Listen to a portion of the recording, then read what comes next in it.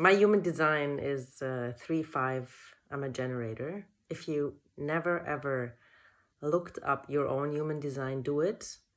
Google it. It's amazing what comes out, because it's kind of giving you an idea of why you're here on this planet, to do what.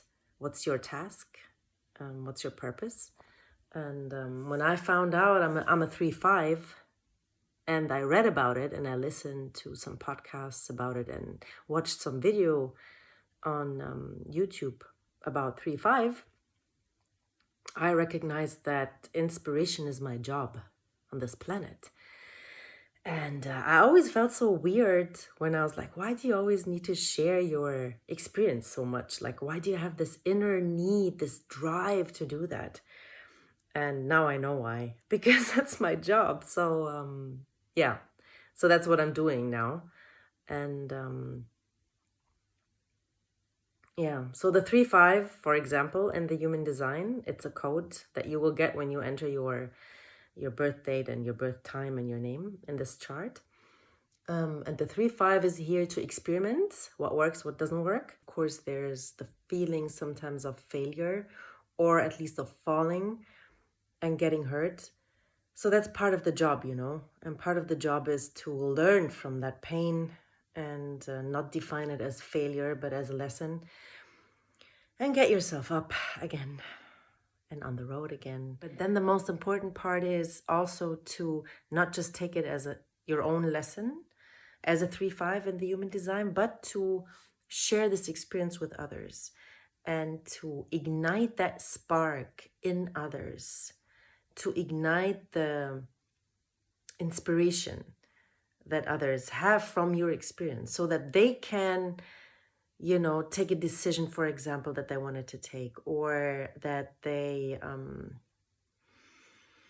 go a specific way that they didn't really decide on taking yet, or whatever it is.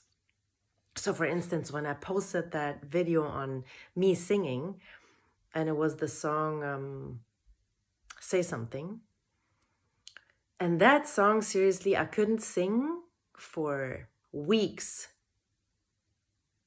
I would say a year ago, without crying at the end.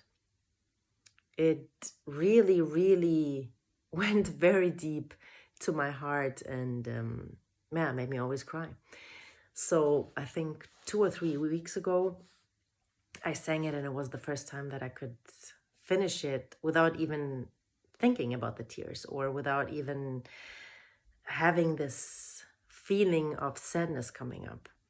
So when I posted that, one of my friends just got back to me and said, thank you for posting that. That just inspired me to take singing lessons again, because I used to feel so much joy when I was singing, and then it was out of my life because I got busy with other stuff, like it is in life. And then seeing you singing that song, I signed up right away for singing classes, and now I'm in such a much more happier place because I have that time out for just myself and singing. So that's the thing that you want to do when you are a 3-5. So yeah, I was talking about human design now a lot, but what it's all about, I guess, is that that we also share our sufferings, because life is not only glory and shiny and perfect and enjoyable. I mean, of course, it's a lot of joy, but it also has really, really sad times, and there's a lot of grief, and there's a lot of anger going on, and whatever it is good to heal. So yeah, I'm just here to share a little bit of my own healing journey, of my, however you want to call it, self-development journey, growth, becoming whole, working on the shadows, whatever it is. And like when I look back, I would say it's like 3 steps forward and then 1 step backwards. And I think it's 3 steps forward because I'm such a positive person, and I really love to focus on the development and I'm quick. Like I'm so freaking impatient. Like my impatience really one of my biggest topics to work on. But it's also something good because it brought me there, it brought me where I am now. So that's actually the thing. Whatever is um in you and you feel that is holding me down, or this is a negative connotation on this feeling, like anger, grief, or impatience, or whatever it is, I think it's good to recognize that and to embrace it. So, and that's my one step back, because of course I wake up and have sad days. Of course I have super duper angry moments. And what I don't do is put them away and say, "Oh no, you're so happy. Put on some happy music." Sometimes I do that if I know I don't have time to go into it. But sometimes I really go deep into it, communicating with the feeling, asking the feeling what it wants to tell me. Where is it coming from? If it needs some attention, sometimes it just needs me to let it out. Like, let's say if it's anger, I'm just punching in a pillow or kicking a mattress or whatever.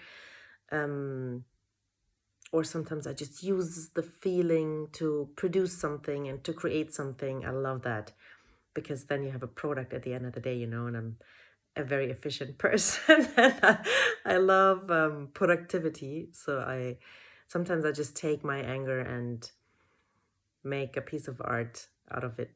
So I just paint 2 hours straight, or sometimes I just let it out through my voice, I vocalize it. So I'm choosing a very angry song and I go very deep into it, and then I did something with it. I kind of channeled the feeling.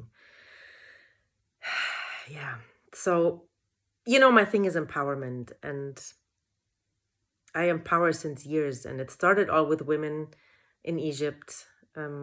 And now I'm empowering kids. And in one of the following videos, I'm going to talk about this further. But what I want to say is that I think highlighting also the supposedly negative parts of our feelings or of our journeys is as important as the positive parts.